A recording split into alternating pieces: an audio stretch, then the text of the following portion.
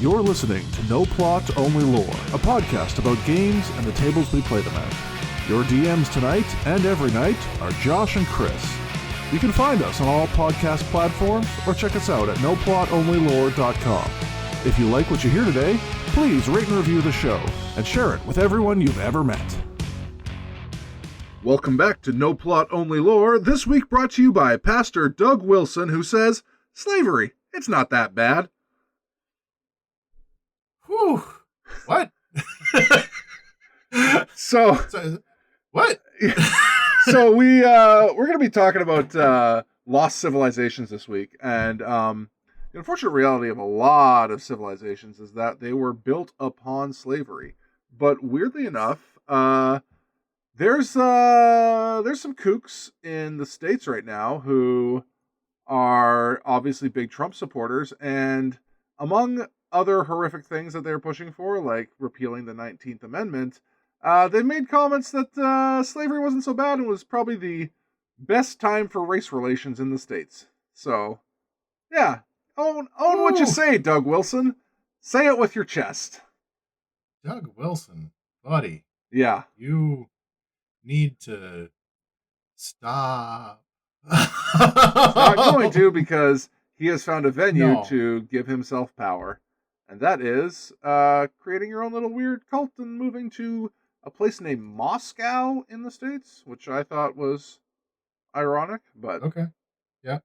I am familiar with that area. There's like a whole belt of spaces in the States that are like named after Russian cities for some reason.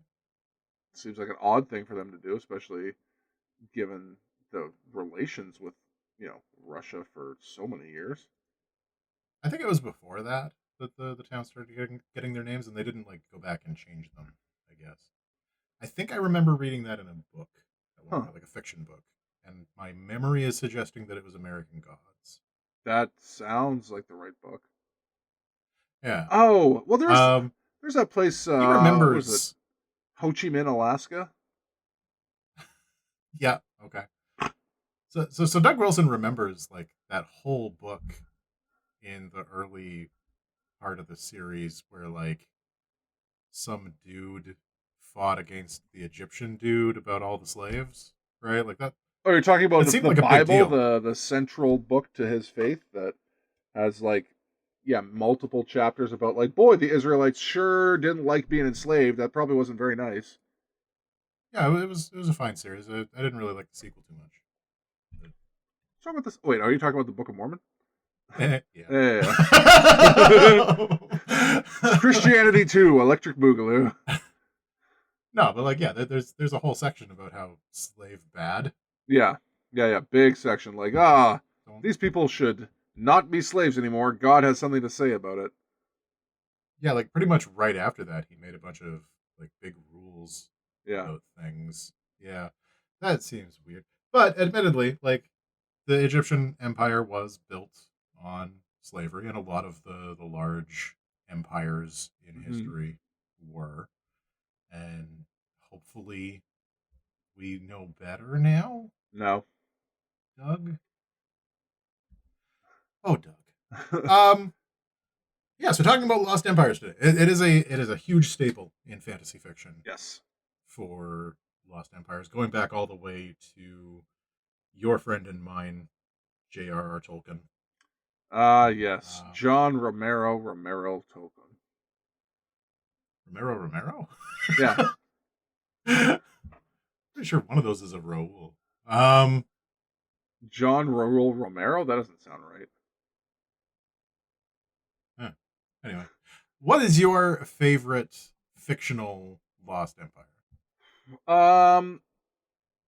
Okay. I had to kind of remember. I honestly the one that keeps coming back that I think is neat is Atlantis. Yeah. But there's some out there that are really intriguing to me. I just haven't done enough research to make them my favorite. I love everything that Dark Souls has done with really deeply burying lore about what used to be there that you can easily run right past, but if you're paying attention, there's tons of lore to find, and it's all hidden in item descriptions and stuff like this. Like it's all just Yeah. squirreled away from sight, but if you scratch away at the surface, you'll get there. Um, but I remember, like, I put a lot of hours into Skyrim, and you brought up the Dwemer, and I was like, oh, right. There's huge ruins everywhere that I loved the aesthetic of, and just never bothered to get the full story behind. I mean, I have put in, if I check Steam right now, I think I'm just north of 400 hours, and Whew. none of that information is in my brain. Yeah, I think I'm at a whopping 30 hours Oh in yeah, Skyrim, and a huge portion of that was just stealing all the cheese. yeah. My time was spent for like I'm one of those people who I don't do alts really. Right. So it was all like I'm gonna clear out every quest on this stealth sniper, and I did. I ran Nice. out of quests.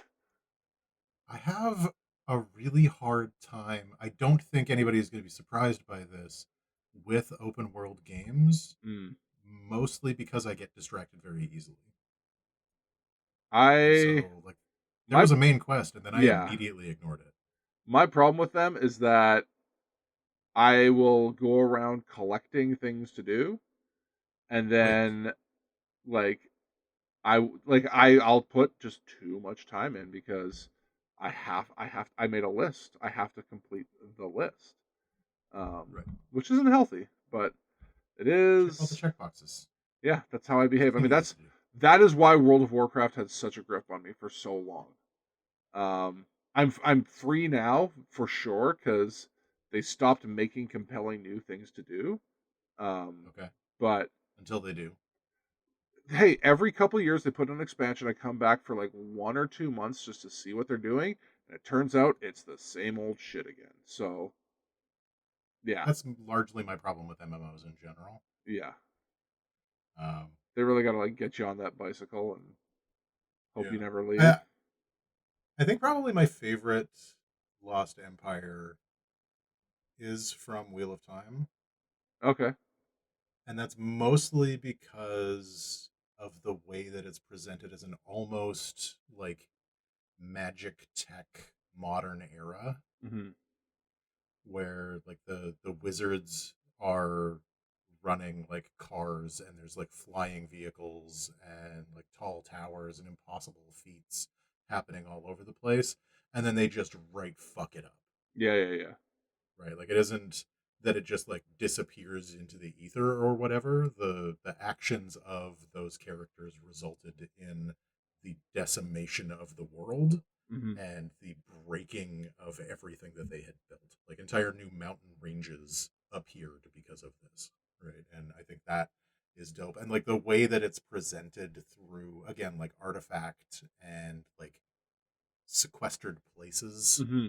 like little places that have been untouched for centuries that still have like glimmers of that, Hmm. that have like really close ties to the lore of the world, are so interesting to like brainstorm about and like think about their origins. Like how would they have used this, and what possible connotations does this have for the culture of that place? Yeah. I'm Like trying to. there's a there's a section in the middle of the Wheel of Time towards the beginning where there's a device that's used to remember the memories of your ancestors, Yeah. and that's dope for its own reasons, right? Because you're like getting to live the lives of your ancestors and like understand the true history of your people, Right. which in this context is often very traumatic Hmm. for the people who are going through it, because the history that they've been taught and the history that they understand is not the history of their people for realsies. Yeah, just a lie. Not just a lie, but like there's a cultural understanding about who we are, and who we are and where we came from are very, very different. Yeah. Um, but the thing that I always found most interesting about that is like, what the fuck did they use that for in a city? Hmm. Right? Like, when this place was just a normal place and people were just doing normal people things in this place, what the hell use does that have? Yeah. Right, and there's some, like, I can definitely think of a few possibilities for why you would want to use that. Like, is that just like therapy writ large? Like, I want to understand how my dad actually thought, so I'm going to live through his memories for a bit. Like, that, I mean, okay, if the idea is that like those who forget the past are doomed to repeat it, like, yeah, then maybe you just want to like constantly remind everybody of the past just to be safe. But yeah, like I don't know how that wound up ultimately playing out, but it sounds like it's just kind of like it got them stuck in this like feedback loop. yeah, a little bit. Like the way that it's used in the modern time of the book Mm-hmm. is, I think, probably very different from how it was used originally, which is another thing that I really appreciated about Jordan's world. Right. Is that there are a lot of things that seemed like they had a purpose in the before times, but that purpose has been perverted for what we need to use it for now. Mm-hmm.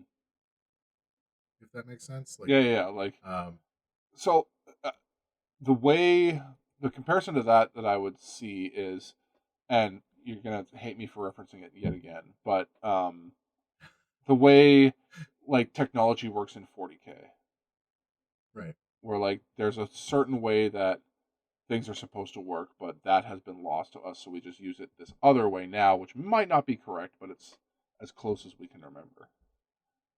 Okay, so continuing the chain of like talking about things that the other person on this podcast isn't super keen on. I have seen 2 anime recently Okay. that have handled something like that in a very interesting way. Okay. One of them is Frieren, which I have consistently told you that you need to watch. Yeah, we'll see. Uh, I did watch one episode of your Eat the Monster Dungeon show. Two yeah, watch the episodes? rest of it. 2 episodes.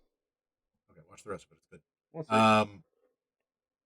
And the thing that they did in that I thought was really interesting is there was like this immortal demon that was captured. Yeah.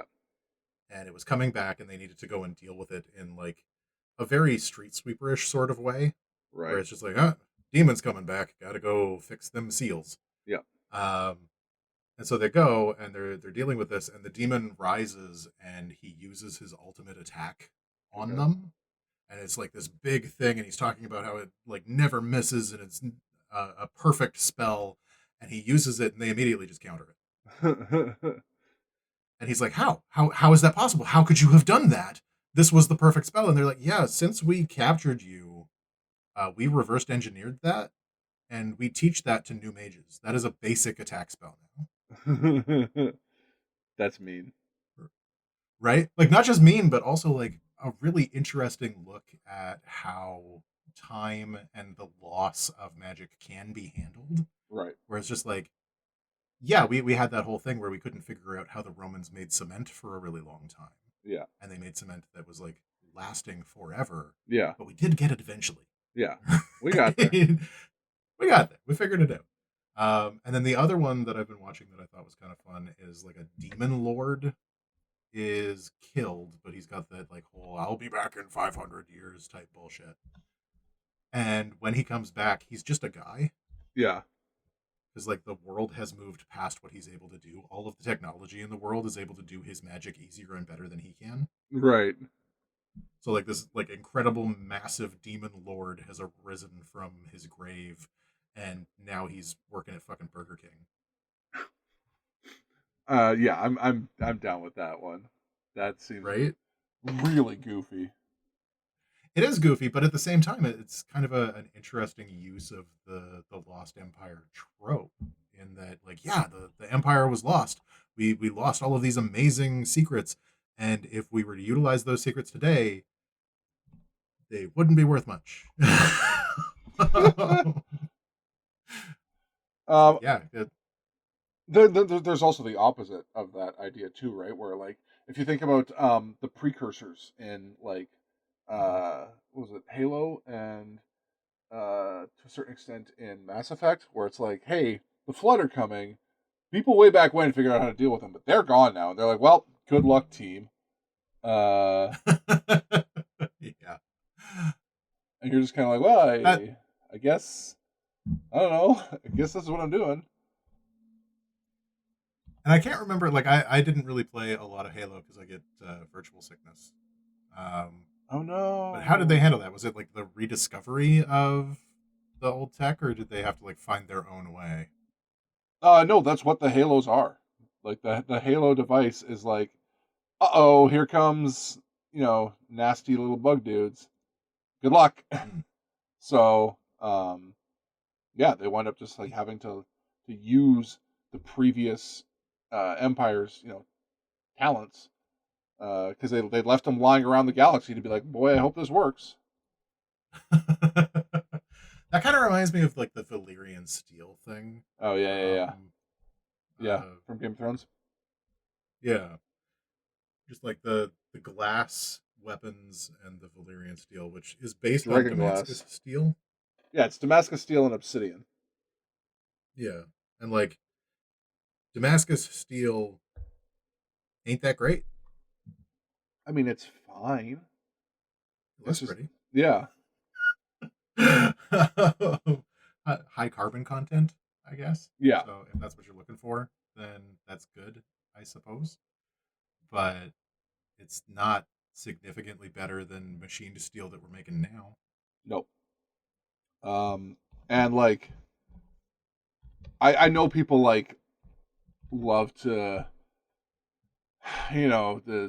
jerk themselves off about thousands of volts and your Japanese. But like, when you have the certified weeaboo laughing his ass off at that, like,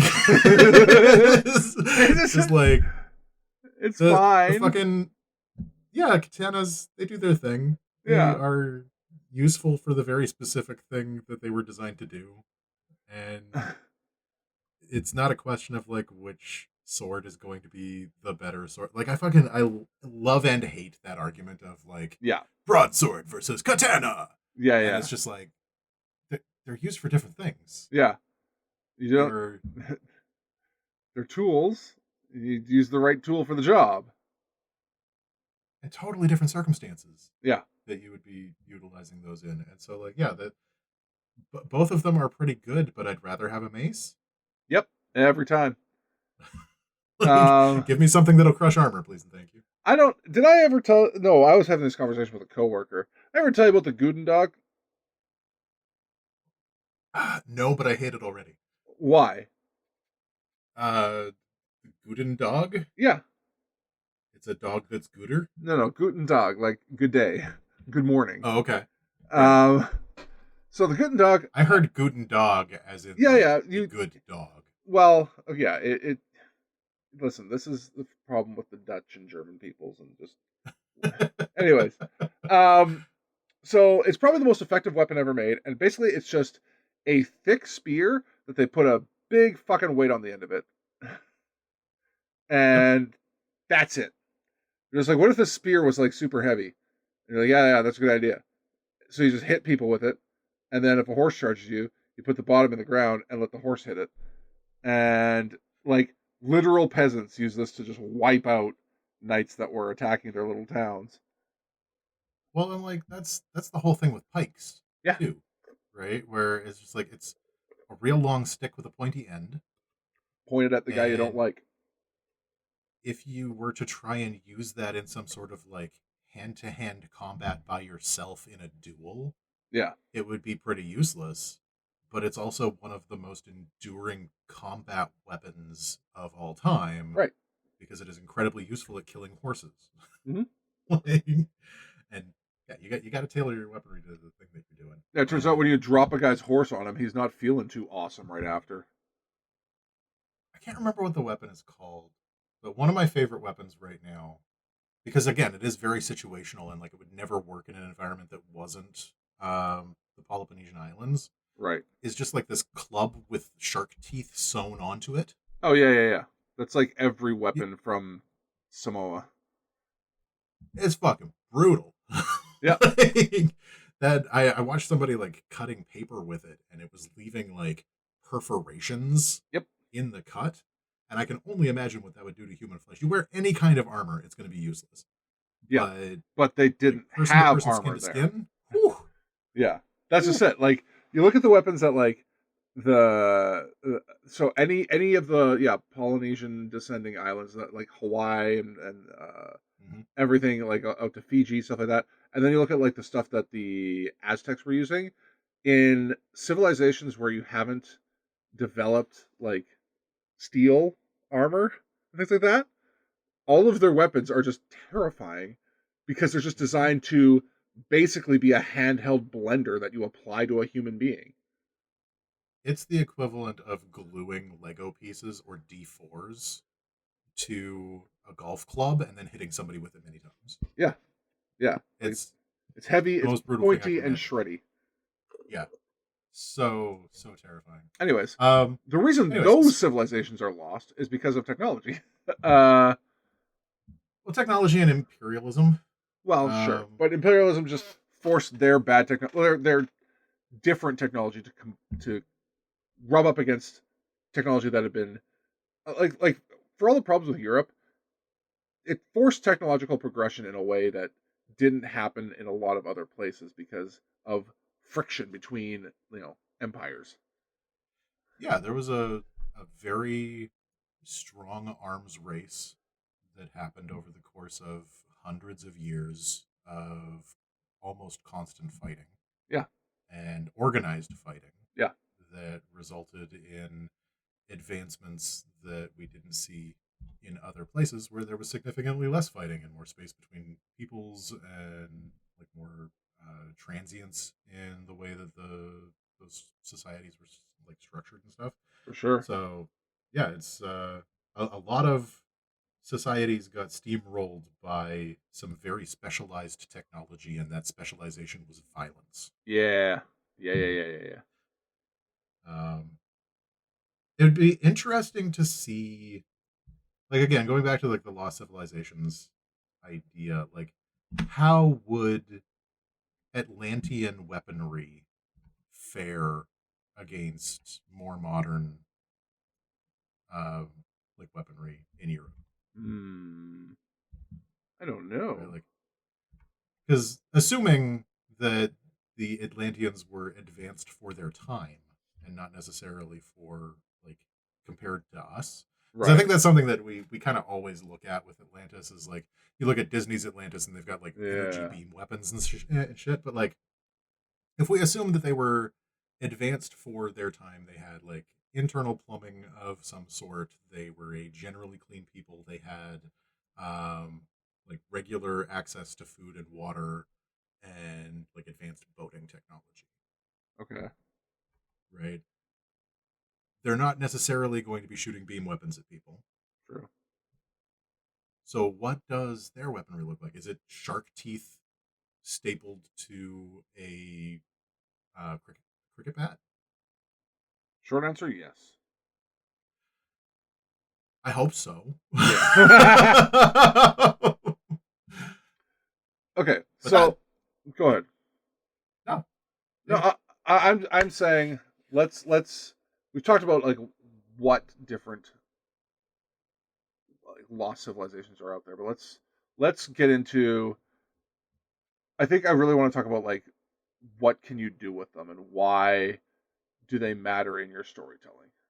Um, I think one of the main purposes, and we talked about this a little bit earlier offline, off recording, was the function that in particular Tolkien used these civilizations for. These lost civilizations. So there's a timeline that exists throughout history for the rise and fall of civilizations in general. There have been some exceptions to the rule, but generally speaking, civilizations and empires in particular last about 250 years before they fall apart. well, and Um, for a lot of those exceptions, one of the things that we do see is like a renewal yeah, of empire. And so it isn't necessarily like the same dynasty. It isn't necessarily like a continuation of exactly the same thing. Is that somebody else has shown up and taken it over, yeah, and it was more of like an internal hostile takeover yeah. rather than an external one. Yeah. You're always going to have your Romans and your Egyptians and your Chinese and your Mongols that like disprove the rule, sort of. But in general, these things fall apart every 250 years. So it's not unreasonable to say that if you're building a world, there should be at least a couple of lost empires, forgotten kingdoms, whatever, that are sort of a common reference. I mean,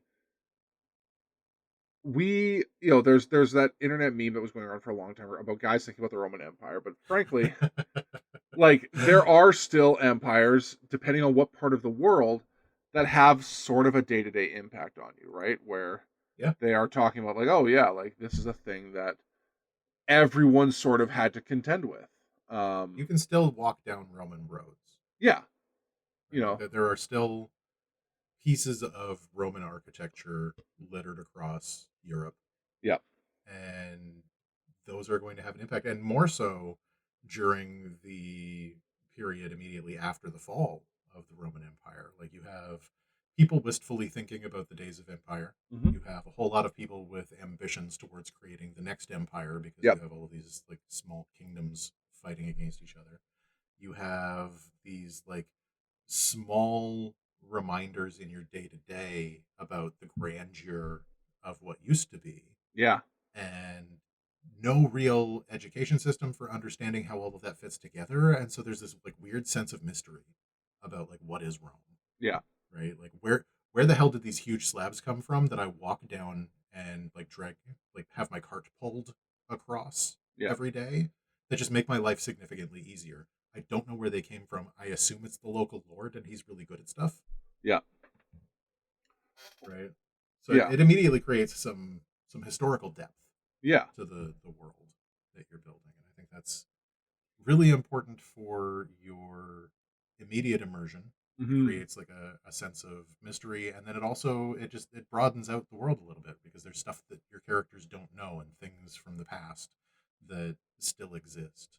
Well, yeah, like it allows you to flavor the quote unquote modern day of what your world looks like. I mean, the reality is people, there's this problem where people start campaigns and they kind of act like every character was born yesterday. But that like gets extended to their whole world that they've built.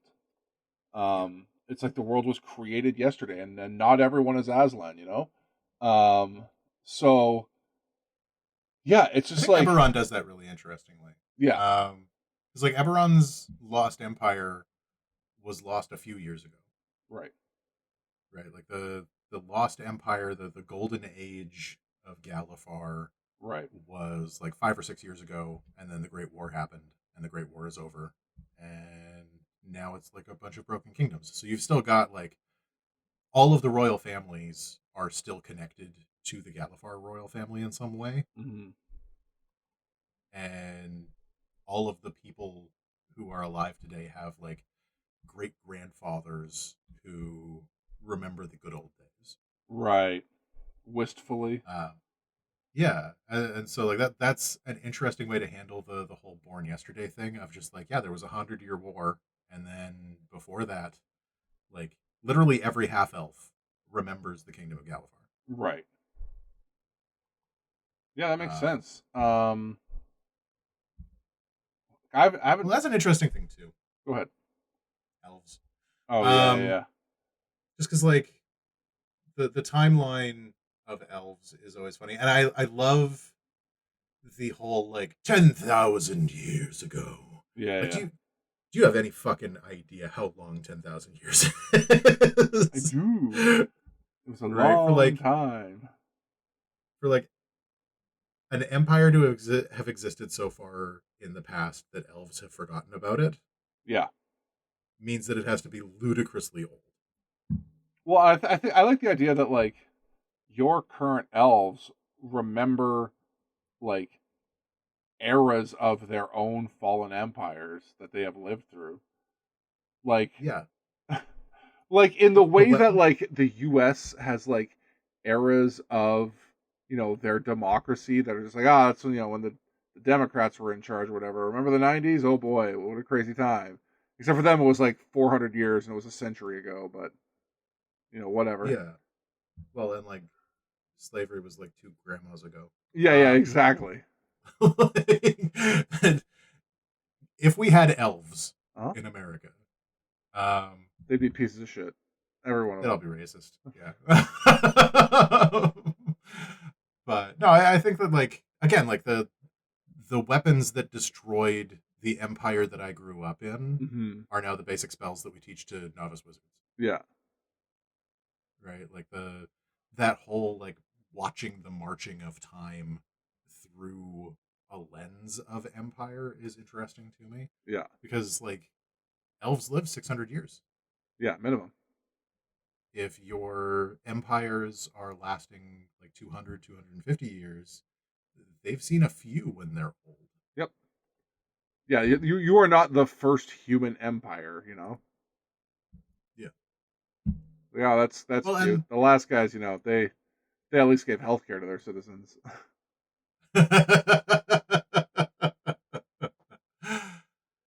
Can you imagine like the moral compass that elves could provide for like that like sense of detachment? Oh yeah. Like, oh boy, the Roman Empire, they had a very different way of handling things like, I don't know. 3 kings ago, they tried that, and oh boy, did not go well for them. I was trying to think of like a thing that the Roman Empire was moral about, and I was having a really hard time. They were okay. I'm not saying they were like super moral, but their whole like, hey, you can keep all of everything that you like and just be a Roman and pay your taxes, and we'll kind of leave you alone was pretty interesting. Oh yeah, they're not like forcing you to amalgamate into the culture. Or Yeah. whatever. There's like you can be a Roman without being a Roman. Early proto version of Canada's cultural mosaic. Yeah. That's definitely who we learned it from, was the Romans. All right. So what's your favorite use of empires in like your campaigns or your storytelling? There's what was it? I forget what I was doing it with, but I used the dragon marks from Eberron there, and just alluded to like old dragon houses. That was fun. That is fun. I tend to use Lost Empires as like primarily flavor. Yeah. And then also for the purpose of prophecy. Oh, okay. So like one of the fun things that you can do with the Lost Empire that I don't think you can really do with anything else is come up with bits and pieces of a mystery that don't have a solution. Oh, sure. Yeah. Right? Because they're lost. We just don't have them anymore. Right? Like, you're looking for a book that is 500 years old. That paper is dust now. Yeah. So you're not going to be able to find it. You're not going to be able to translate it unless you get incredibly lucky and you happen to find like a copy some monk made in a basement somewhere. Yeah. Oh god, that makes me think like is like Book of Eli is just talking about a lost civilization, but it's ours. We just kind of like forgot. Did you ever read A Canticle for Leibowitz? No.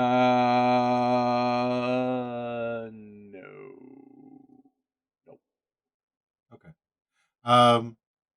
It's a book about a post-apocalyptic monk, or at least the first book. It's a 3-book book. Right? There's like 3 sections in the book. And the first part is my favorite.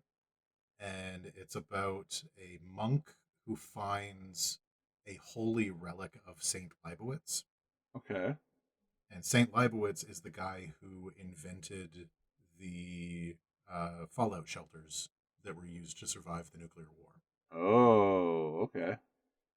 And so the relic that he finds is a blueprint for a fallout shelter, but this guy doesn't know what that is. Right.